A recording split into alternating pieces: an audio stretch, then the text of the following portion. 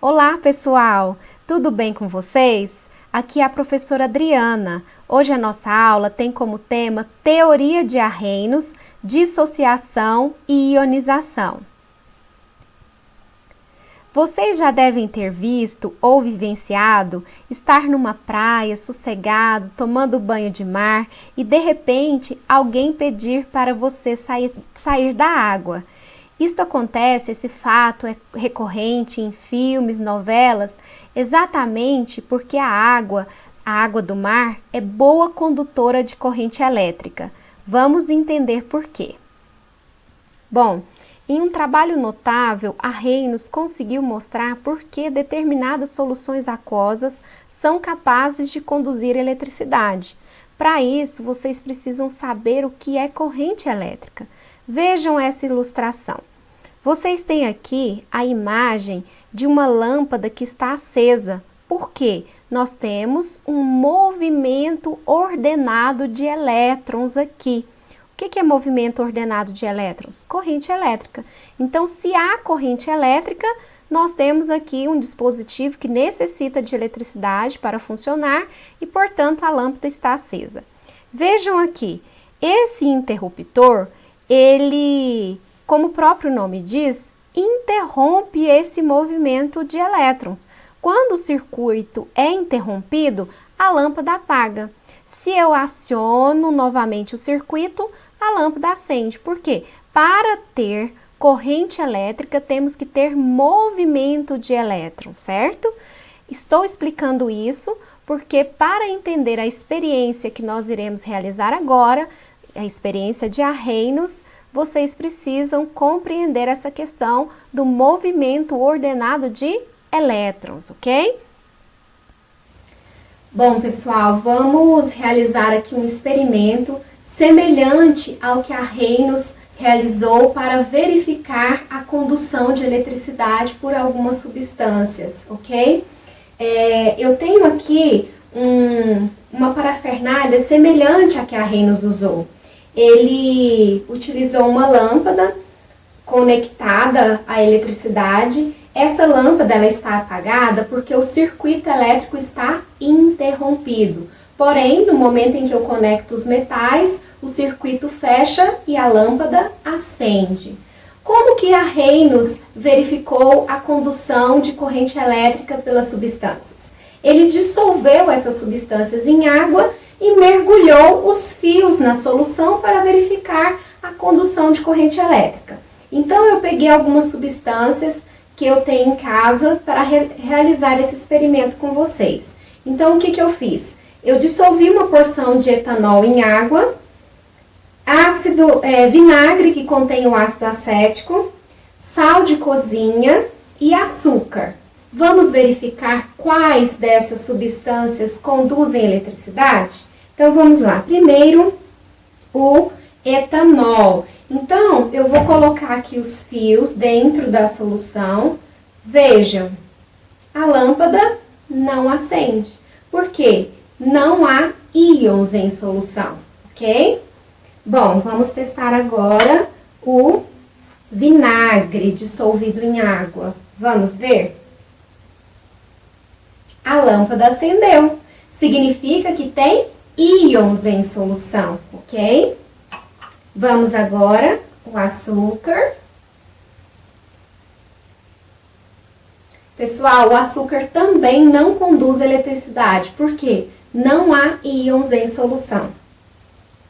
E por fim, vamos testar o cloreto de sódio. Cloreto de sódio até explodiu aqui. Tem íons em solução, por isso a lâmpada acendeu, ok? Vamos à explicação? Bom, agora que vocês viram o experimento de Arrhenius, vamos a alguns conceitos importantes. Primeiro, eletrólitos. O que são eletrólitos? Eletrólitos é toda substância que em solução aquosa conduz eletricidade. E não eletrólitos são substâncias que não conduzem eletricidade quando dissolvidas em água. No experimento que eu acabei de realizar com vocês, vocês viram a presença de duas substâncias eletrólitas e duas não eletrólitas. Quais foram as substâncias que conduziram a eletricidade? O cloreto de sódio e o ácido acético. E não conduziram a eletricidade o açúcar e o etanol. Por quê, gente? Por quê? Vamos entender a nível molecular, a nível microscópico. É assim, quando nós dissolvemos alguma substância em água, acontece o fenômeno de solvatação. A solvatação acontece quando moléculas do soluto são rodeadas pelas moléculas do solvente. O que é soluto? É a substância que é dissolvida e solvente, a substância que dissolve. Eu coloquei aqui o exemplo do cloreto de sódio, do NaCl, que nós realizamos lá no experimento. Vejam, quando nós dissolvemos NaCl em água, as moléculas de água rodeiam o Na e rodeiam o íon Cl. Quer ver? Vamos ver aqui novamente. Aí, gente, o que vai acontecer? Vai haver a separação desses íons que estavam unidos, né? Quando eu tenho o composto químico, aqui eu tenho o composto químico, os átomos estão unidos. No momento da solvatação, a ligação iônica, há um afastamento desses átomos, né? E, portanto, vejam, nós temos a formação dos íons positivo e negativo. Viram? Cátions positivos e ânions negativos. Isso acontece, gente, porque acontece a dissociação. O que é a dissociação? É um processo físico de separação dos íons da ligação iônica, ok? Vejam aqui, o NaCl é um composto iônico porque o Na é um metal e o Cl um ametal. Então, metal com ametal, nós temos a ligação iônica. O átomo de sódio doa o elétron para o átomo de cloro e estabiliza-se. Quando é que um átomo estabiliza? Quando ele atinge o octeto. De acordo com a regra do octeto, um átomo é estável quando ele tem 8 elétrons na camada de valência. O sódio, ele tem 1 elétron na camada de valência, porém, quando ele doa 1 elétron, a sua camada anterior fica com 8. E o cloro? O cloro tem 7. Como que eu sei isso, professora? Basta a gente verificar a distribuição eletrônica no diagrama de Linus-Pauling ou ainda consultar a tabela periódica. A família indica a quantidade de elétrons que o elemento químico tem na sua última camada, na camada de valência. No caso do sódio, ele pertence à família 1A, tem 1 elétron. O cloro pertence à família 7A, tem 7 elétrons. O sódio é metal, doa elétrons, no caso ele doa 1. O cloro é ametal, recebe elétrons, no caso ele tinha 7, mais 1 ficou com 8, certo? E quando o sódio doa 1 elétron, ele fica com excesso de carga positiva. Por quê? Todo átomo neutro, seu número de prótons é igual ao número de elétrons, ok? Porém, quando ele doa 1 elétron, ele fica com excesso de carga positiva. E nós chamamos este íon de cátion, ok? E quando um átomo recebe elétron e fica com um excesso de carga negativa, nós chamamos ele de ânion. Então, gente, na dissociação que aconteceu quando eu adicionei o cloreto de sódio na água, o que houve? O afastamento desses íons que já existiam da ligação iônica, né? Ok? Bom, agora nós temos outro tipo de composto que também pode formar íons. São os compostos moleculares, como os ácidos, né?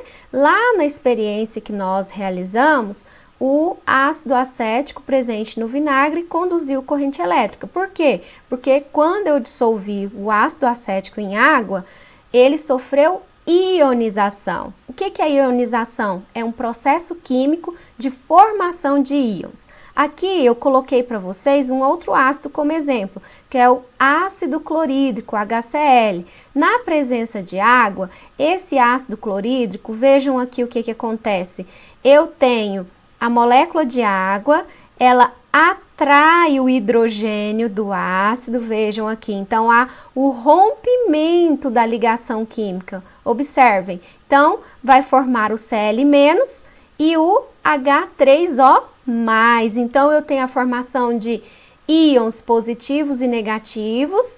Esses íons, pessoal, eles funcionam como se fosse uma ponte entre um metal e outro, lá daquela experiência que nós realizamos, para poder fechar o circuito e ter o movimento ordenado de elétron que acende a lâmpada, ok? Bom, os compostos covalentes moleculares são formados por ligação covalente e também obedecem à regra do octeto. Porém, um detalhe, gente, o hidrogênio ele fica estável com 2 elétrons, é uma exceção à regra do octeto. Vejam aqui, ó, porque quando o hidrogênio ele só tem um elétron, né? Vamos olhar aqui embaixo que fica mais fácil para visualizar. Recordando a ligação covalente, o hidrogênio ele tem um elétron na camada de valência, ele é da família 1A. E o cloro nós já vimos que ele é da família 7A. Então, o que acontece? Nós temos ametal ligado com ametal. E quando a gente tem ametal ligado com ametal, a ligação é covalente e há compartilhamento de elétrons. Por quê? Nós não temos um átomo que tem tendência a doar elétrons. Nós temos 2 átomos com tendência a receber. Então, o que acontece é o compartilhamento de elétrons. Então, o hidrogênio, ele compartilha um elétron com o cloro e o cloro compartilha um elétron com hidrogênio. Neste momento, vejam, eu até fiz aqui um círculo, né?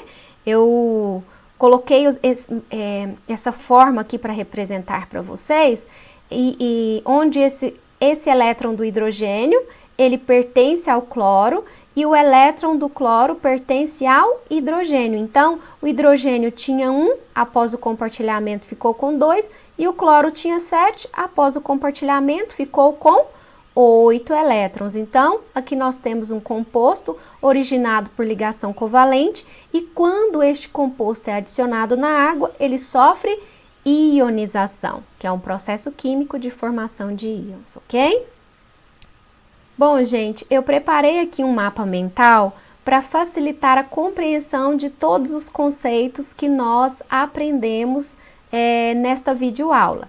Então, vejam, as substâncias, elas podem ser classificadas em substâncias iônicas ou substâncias moleculares. As substâncias iônicas, elas sofrem dissociação ao serem adicionadas em água, certo? Formando íons positivos e negativos. Essas substâncias podem ser bases ou sais, tá?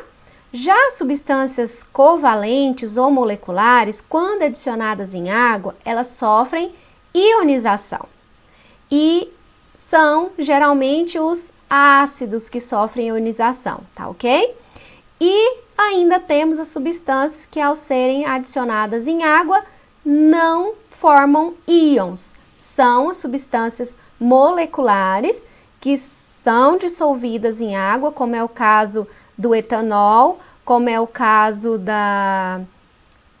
do açúcar, dissolve em água, porém não conduz corrente elétrica. Por que não conduz corrente elétrica? Porque não forma íons em solução, ok?